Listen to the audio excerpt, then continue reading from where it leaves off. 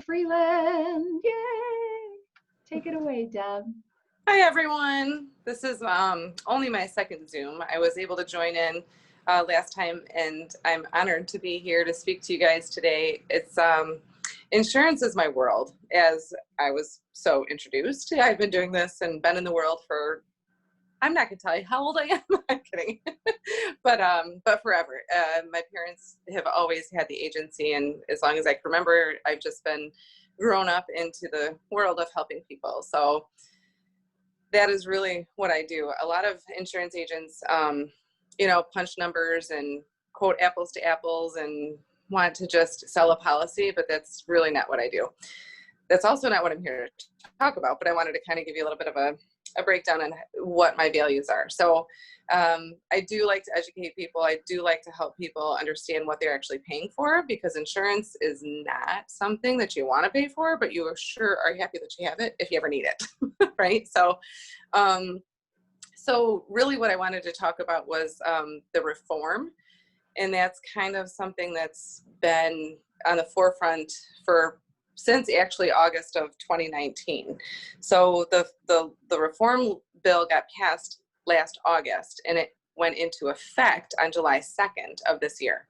So ultimately what that means is, for the last 42 years, legitimately since 1978, you can Google it, you've had to have unlimited medical coverage on your car insurance. So if you were injured in a car accident, your car insurance technically was always going to pay 100% of your bills until the day you die. So if my 10-year-old ends up in a wheelchair, and she lives till the ripe old age of 40, that's not a ripe old age, but for 30 years, my car insurance was always going to pay 100% of those bills. Her intensive care unit, rehabilitation, in-home care. If I were to quit my job and stay home to take care of her, they would pay me to take care of her, all of those things. So that's been the case forever. And moving forward, as of July 2nd, that's not the case anymore. So this reform bill, what it says is that you can actually keep your unlimited coverage. You can eliminate the medical coverage, or you can reduce it to like 500,000, 250,000, or in some cases 50,000. So it's been a lot of conversations, a lot of education, letting people know exactly how their policy is working, because let's be honest, the way that I have always treated my business and my clients is that, again, I like to educate. I will probably say it 17 more times, but truly that's how it works. So I had to get my licenses. I had to go to school. I have to do my continuing education. But there's a lot of people who, with the internet, can go online and click to purchase a policy. They have no idea what they're getting. So that's a little frustrating for someone like me who really values my position, but it is the way of the world, right? So I do try to continually just tell people how it works. And if you do go online, at least know what you're purchasing, at least know how it's working. But with this reform, it's even scarier. So they go online, they click a button to say, oh, I'm going to eliminate this medical coverage. I don't need that. I'm good. And it saves them a bunch of money for sure.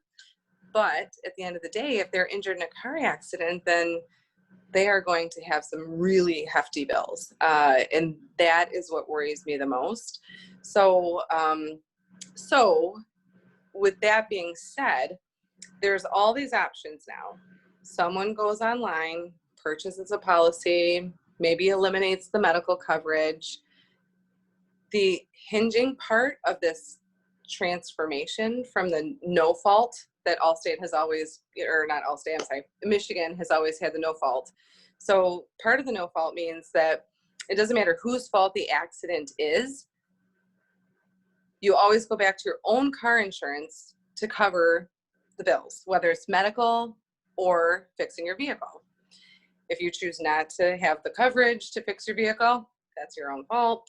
But the medical was always there. So this new reform law says that if you opt out of this, you can now sue the other party if they're at fault. So this is what scares me the most. So let's just go back to my 10-year-old who's in a wheelchair. She, we get, hit by another vehicle, and she is in the intensive care unit for 3 weeks. I do quit my job and I do stay home to take care of her. This other party, I'm going to sue them. I'm hiring Sam Bernstein because I'm really upset that my daughter's in a wheelchair and I have to quit my job that I love to take care of her. So I hire an attorney, and I can now sue that other person for all of her medical bills, all of the money that I'm not going to earn for the next 20 years or so, and for all of her pain and suffering. So there's so many factors that go into this new reform law. It's not just the medical portion that you can opt out of or change. It is all of these other lawsuit issues too. So I feel like I'm talking because this is what I do every single day and I know what I'm talking about, but it is kind of a foreign language. So if somebody has questions, just raise your hand and I can back up or re-explain something. But so the two parts are the medical portion and the lawsuit coverage. I am encouraging a lot of people to find out from your healthcare how much coverage you have for car insurance or for car accident injuries. So with this reform, a lot of healthcare companies, Blue Cross, HAP, United Healthcare, TRICARE, I mean, you name it, there's all the healthcare companies, they're changing their plans because of this new law. So before, they never would cover car accident injuries, and now they are.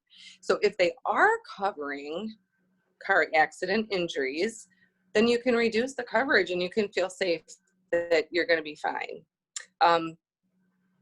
I do often have the conversation saying, because a lot of people ask my opinion, of course, right? I've been doing this more than 20 years and they respect my opinion. I've built a pretty awesome clientele. And so when they ask me, hey, Deb, what would you do? I say, you know what, let's find out what your healthcare says. If they are going to cover, that's great. Maybe we can help save you a little bit of money. But if you continue to keep that unlimited medical coverage, then you are covered without having to worry. It's almost like a security blanket. So I use this example often. If I were to be injured in a car accident and I, could lose everything. I could lose my business. I could lose, my income, all that stuff. I look at my cell phone and I say, guess what? I got the cell phone last week and it should be working perfect. It's brand new. But guess what?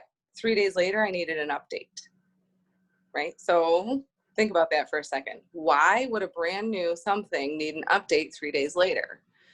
I do look at this reform law as a cell phone almost. So, and this is just my opinion, take it for what it's worth, but if something needs to be updated 3 days later, who's to say that you have an insurance agent that's going to contact you to tell you, and or that you have a healthcare company that's going to send you an email or give you a phone call or something like that, so that your healthcare changes their plan or your car insurance changes their plan, but nobody's telling you, and then all of a sudden you're completely exposed. So that is the part that worries me the most, especially because this law has been in effect since, like I said, 1978. So anytime something changes, I always do like to play it on the safe side just for a little while. And then maybe after 6 months when your policy renews again, or maybe after a year, once you see exactly how things are working out or how your healthcare is going to, change or not change or whatever, that would be probably when I would make a recommendation. So the second thing I want to say is if you are on Medicare, which I don't know if any of our members are on Medicare, that is something where you definitely absolutely can save some money. So the way that Medicare worked, any state-funded plan, government-funded plan, meaning Obamacare, Medicare, Medicaid, TRICARE for the military, all of those plans never, ever, ever, ever, ever covered car accident injuries. But now with this new reform, they are. So if you are on Medicare or a state-funded plan, like that, Medicare and Medicaid, that would be something that you could contact your insurance agent about and definitely save some money on that. Anybody who's not on Medicare, I go back to the cell phone and stay cautious. You know, you want to make sure that you aren't exposing yourself to something that would, you know, put you in a financial deficit because you've worked your entire life to be where you're at. And just because some crazy soccer mom or, you know, whatever hits you, and you have all these injuries, you don't want to, you know, have to worry about everything that you've worked your entire life for, right? So that's the second segment. The third segment was, I'm going to backtrack to what I was saying a couple minutes ago, back to me. Soccer mom, whatever, my 10-year-old's in a wheelchair. I am going to stay home and take care of her, and I am going to sue you for all the money I'm not going to earn for the next 20 years and all of her medical bills. So in addition to making sure that your health care and your car insurance medical portion are coordinating and you're covered the right way, you also need to protect your assets, right? So there's three parts to your car insurance policy: your medical, which we just talked about, and how the reform is affecting all of that. Then there's fixing your car, right? So whether you have full coverage or PL and PD. And then the third part is your lawsuit coverage. And to me, this is a super important part as well, almost as important as the medical. But what you need to do is make sure that your lawsuit coverage is enough to protect your assets. So again, going back to me, you know, 10-year-old in a wheelchair and I'm quitting my job, I'm going to sue you for all the money I'm not going to earn for the next 20 years. It's going to be a whole lot more than that $100,000 that you probably have on your policy. So the standard, I would say, when I see a customer call me for a quote, what they have is 100,000, 300,000. That might make sense to you guys if you see the 100/300. What that means is 100,000 per person that sues you and 300,000 maximum per accident. So if I sue you for $700,000, the most your car insurance is going to pay out is $100,000. So And let me jump in here, Deb, because we're wrapping up. We're coming up on a time thing. All right. But holy cow, are you ever passionate and informative? And I'm already like making all these. So what's our next step? Because these are all these things matter. They matter to our futures, right? They're super important. And I promise I will. I was this close to being done, but truly, like, so with this lawsuit, so if I sue you for $700,000, your car insurance pays $100,000. I'm coming after you for $600,000, and I can garnish 50% of your wages for 10 years. I can take your house. I can take your savings. I can take your retirement if you are taking distributions. The only thing I cannot touch is Social Security if you're collecting Social Security, and farm animals. So if you live off your farm and you're collecting Social Security, you're good. But if you're not, then you need to make sure that you do have way more coverage for your lawsuits. So here's my wrap up.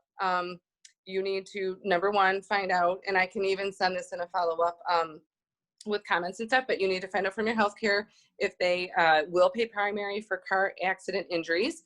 You need to find out if they have a deductible of $6,000 or less. And then you also need to find out if they will cover attendant care, meaning like after my daughter's out of the ICU and I need to have a visiting nurse come in and take care of her and get her out of bed and feed her and whatever, just because I'm not quitting my job or whatever, you know. So find out those three things. And then you also need to find out what your lawsuit coverage is, because I'm telling you right now, it's probably not enough.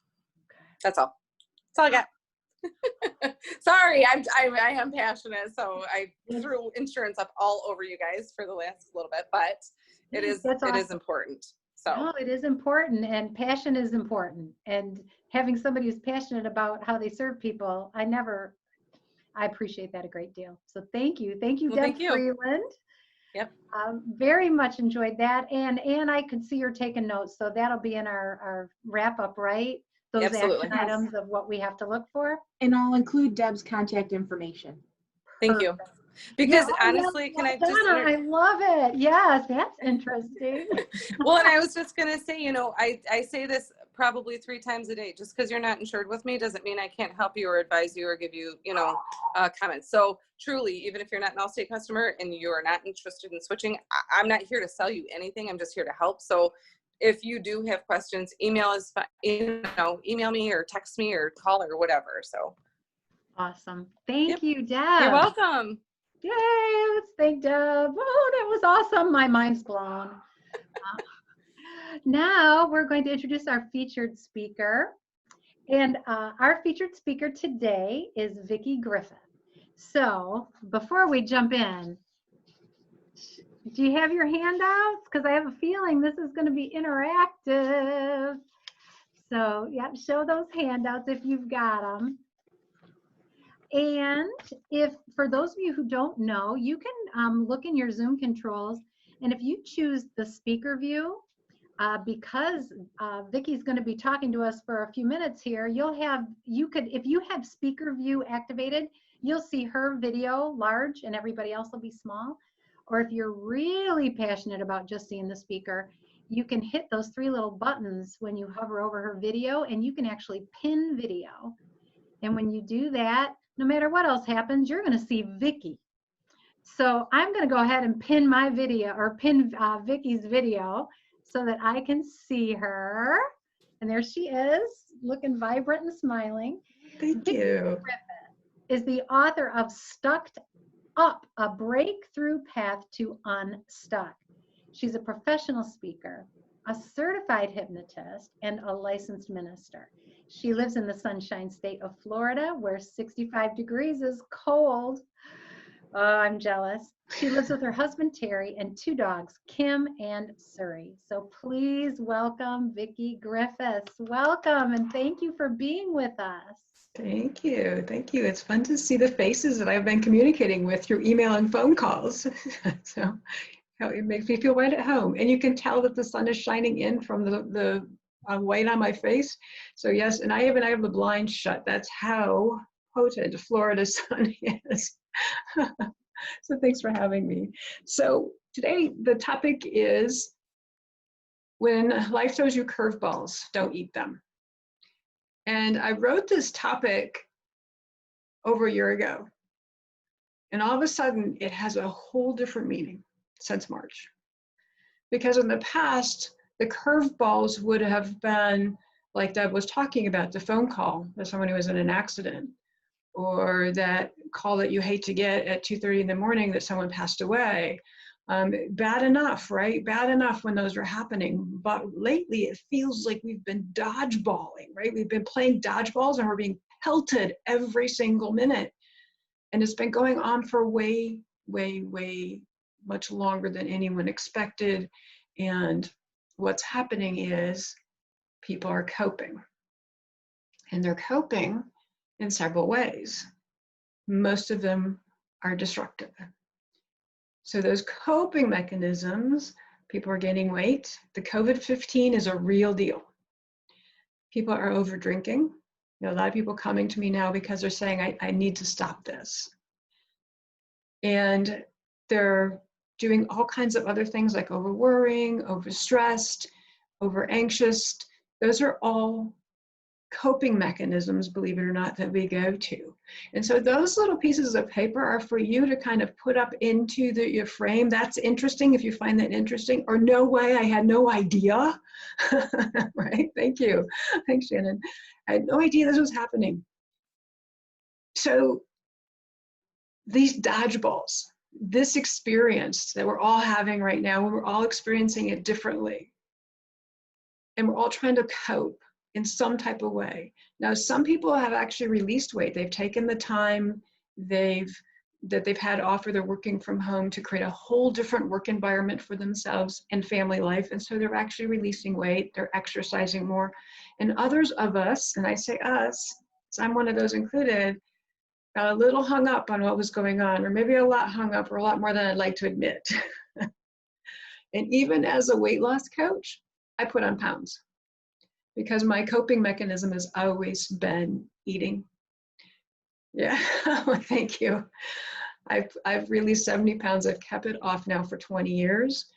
But this last few months, since March, I started overeating again. My emotional eating and my binge eating and my stress eating all came back. And the funny thing is that I talked to a lot of my peers who are also weight loss coach, and the same thing are happening to them. So here's the good news. If it's happening to you, it's not your fault. You don't have to feel guilty. You don't have to feel ashamed. It's just kind of normal, natural behavior. So thanks.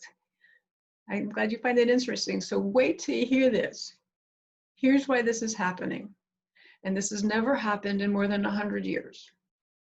We have 4 basic human needs. And this is why people are emotionally eating that never have been before. They're coming to me like, oh, something's wrong with me. I don't know what's going on. I'm like, oh, you're okay. Really, this is why. We have 4 basic human needs. The first one that was threatened, and all 4 of them have been threatened.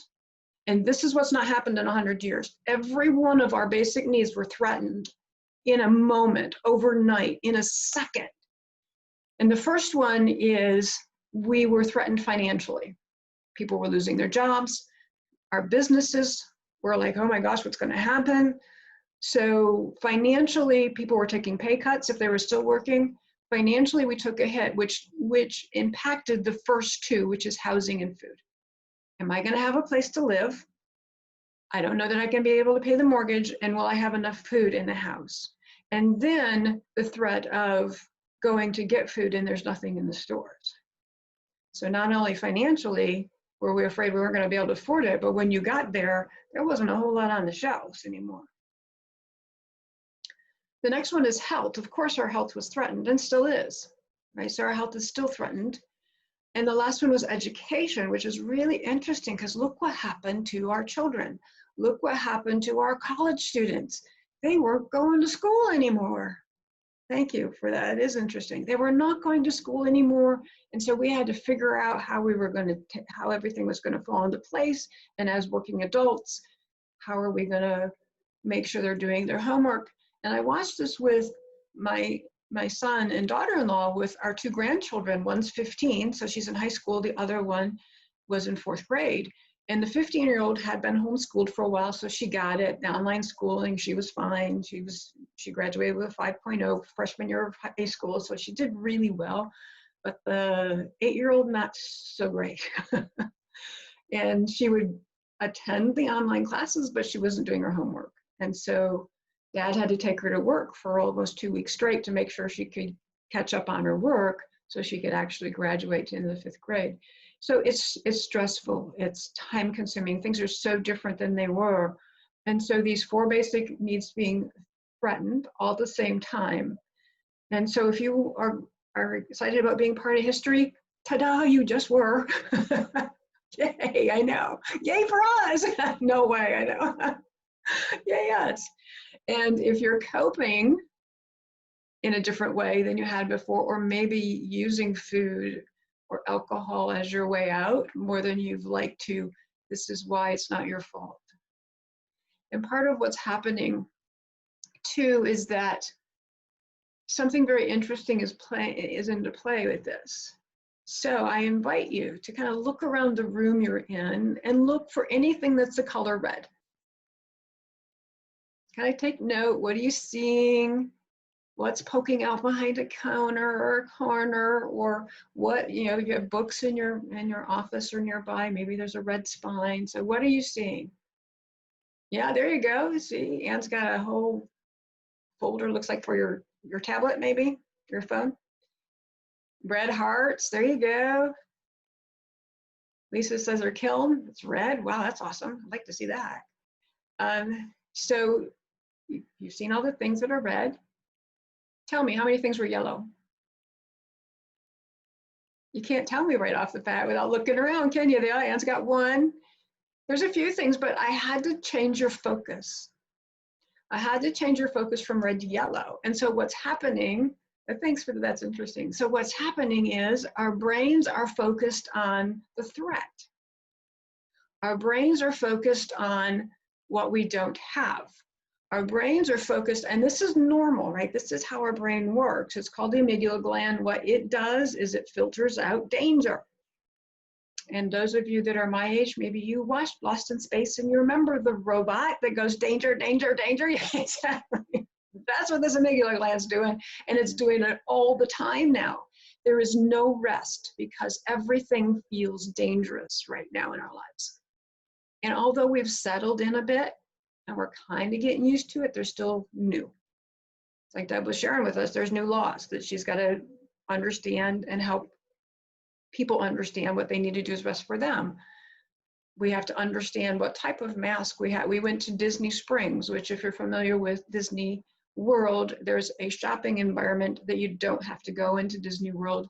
It's called Disney Springs, and they have, of course, a Disney store, but they also have all the other, shops and restaurants, and it's a fun experience. They have Lego has a store there. It's a really fun experience, and you had to wear a mask the entire time, even outside.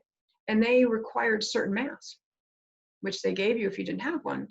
But things are different. And so, no way, that's true. And actually, everyone was very cooperative. I was very pleased to see this. And every store, if you've ever been to Disney Springs, every store has a gazillion entrances. And they had one way in and several ways out. So they had actually made a lot of precautions to make sure everyone could stay as healthy as possible. So it was really a great time. But again, it was that stress of, well, what's the right mask to wear? I didn't even know what the right mask was. And luckily they gave them out if you didn't have what they felt was the right mask. So there's all this newness that's threatening to us every single day. In our brain, the amygdala gland's going, danger, danger, danger. This is a threat. And so you are going to try to find a way to cope with it. In the past, we would have ran away. So it's a fight or flight. We would have ran away, or we would have fought it off. So the blood goes down into our ligaments to either fight it off or run away. Well, we couldn't run anywhere, right? You couldn't even go to the office anymore. You had to stay at home. We were not running anywhere, and there was nothing we could fight. We didn't know what we were fighting. Thank you for that. It's interesting. We had no idea what we were fighting. So then we have to figure out how to cope.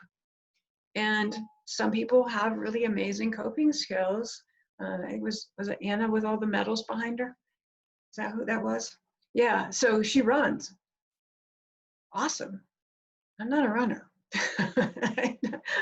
I can walk pretty well, but I'm not a runner. So some people are going to have healthy mechanisms to feel better, to cope.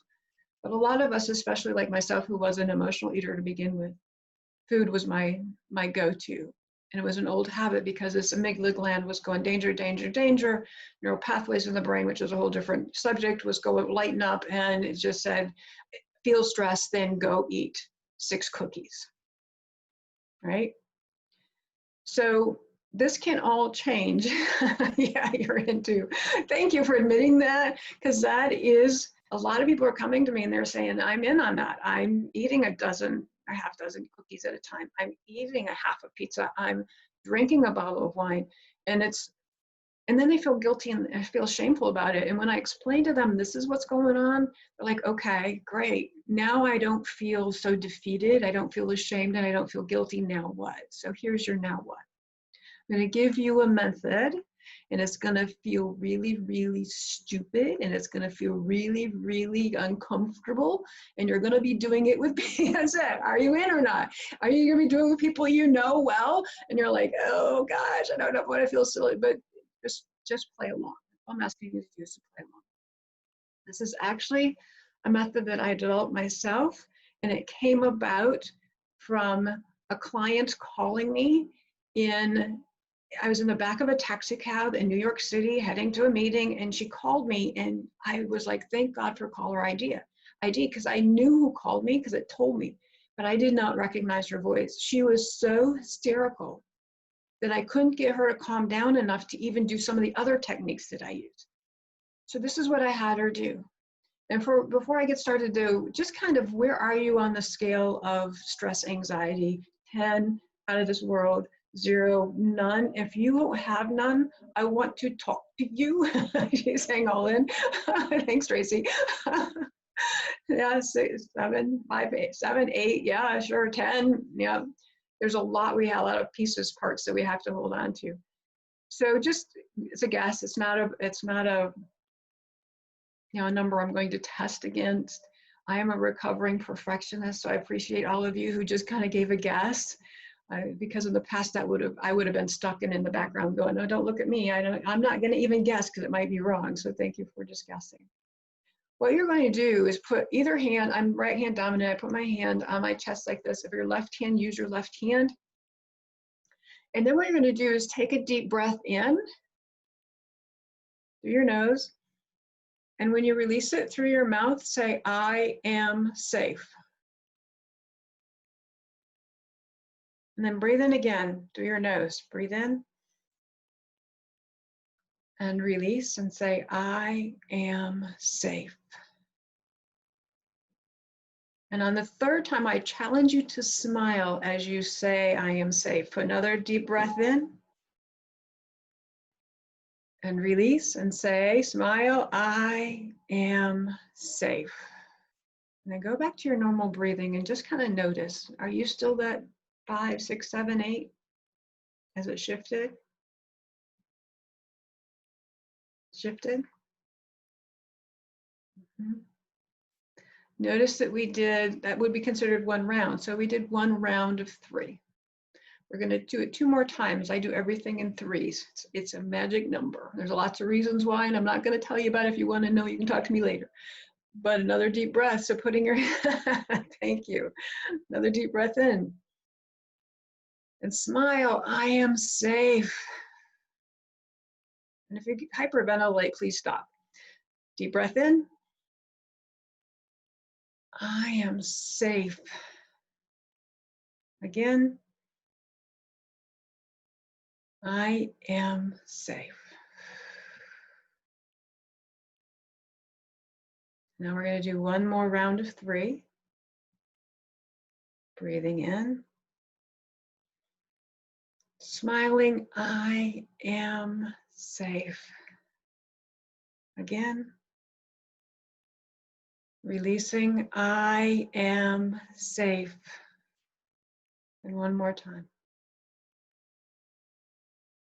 I am safe. And because we are a little short on time, I'm not going to have you do the 3rd round, but you know that that's what you would do in the future is 1 more round. Feel a little different?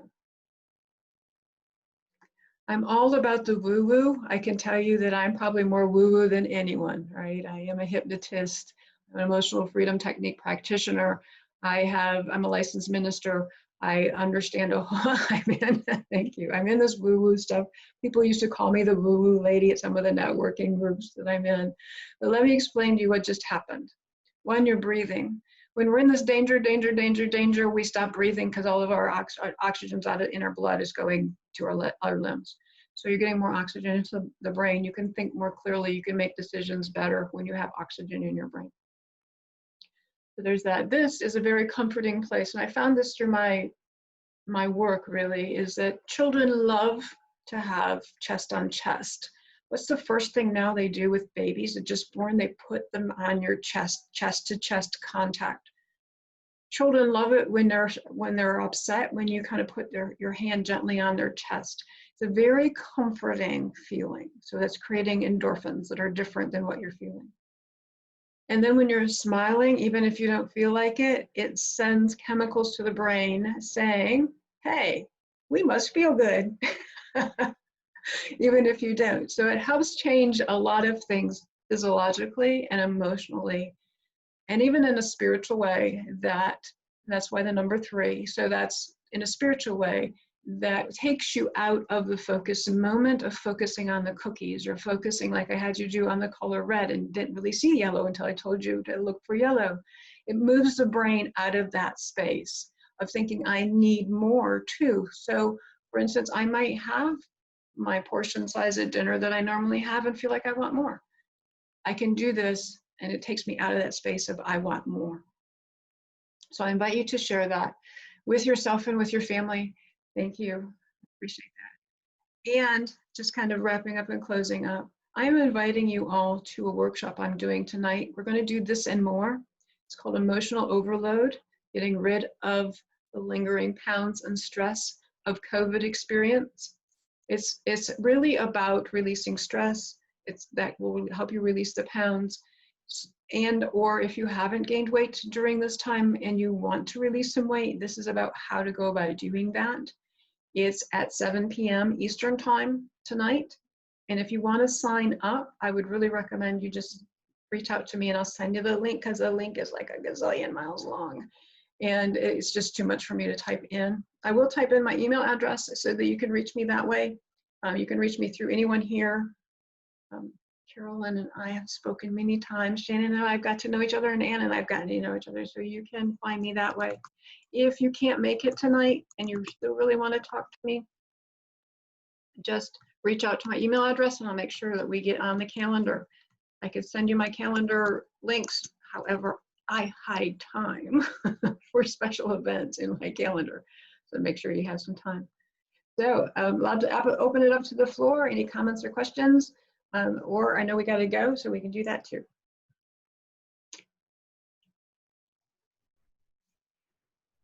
Yeah, we've got some time. We usually allocate some extra here in our meetings, and so we've got some time if you're willing to stick it out with us, Vickie, and answer some questions. Absolutely. Yeah. So I have a question. So this exercise of saying I am safe, if I understand the purpose of that, it's because that desire to eat the whole sleeve of Oreos, which I am unsuccessfully fighting, it's rooted in the fact that I don't feel safe. And Correct. so by reassuring myself that I am in a way that gets all my senses involved, that's going to take me out of that seemingly irresistible urge to binge. Right. Absolutely. And that's where this premise is coming from. There's an underlying current of unsafe because of those 4 threads. Okay. And because, you know, in the past, you might have felt unsafe when you went to the doctor and they said to you, oh, we need to investigate this, whatever it is, this bump or lump or whatever. And so now you're not going to feel safe. But we've never had it all 4 were touched at one time. And so we're way out of our safety zone. Thank you. You're welcome. Thanks for the question. Donna. You were asking for feedback from the exercise you gave. I immediately noticed my shoulders relaxed, and I always have a tendency to be tight. And so I just wanted to share that with you, that it really, without even realizing it, my shoulders dropped. Thank you for sharing that, because that really shows to us that these things are unconscious to us. The stress that we're carrying is unconscious. And most of my peers and friends are in the coaching world, whether it's corporate coaching or personal coaching like I do. And we were all commenting on how we're waking up in the morning and our jaws hurt and we're more fidgety. You know, we'll sit and watch television with the family and we're, you know, fidgeting our feet or whatever more than ever. Those are all signs of stress, but it's an unconscious sign until it hurts so badly that you have to pay attention. And that's what I'm trying to help people not get to, because it's happening. People are hurting, very physically hurting from the stress, not only the weight gain, but others. So thank you for sharing that it was unconscious, but yet by doing that exercise, it helped release it. Anybody else? Well, thank you, Vickie. I'm going to turn it back over to you, Ann, to wrap it up.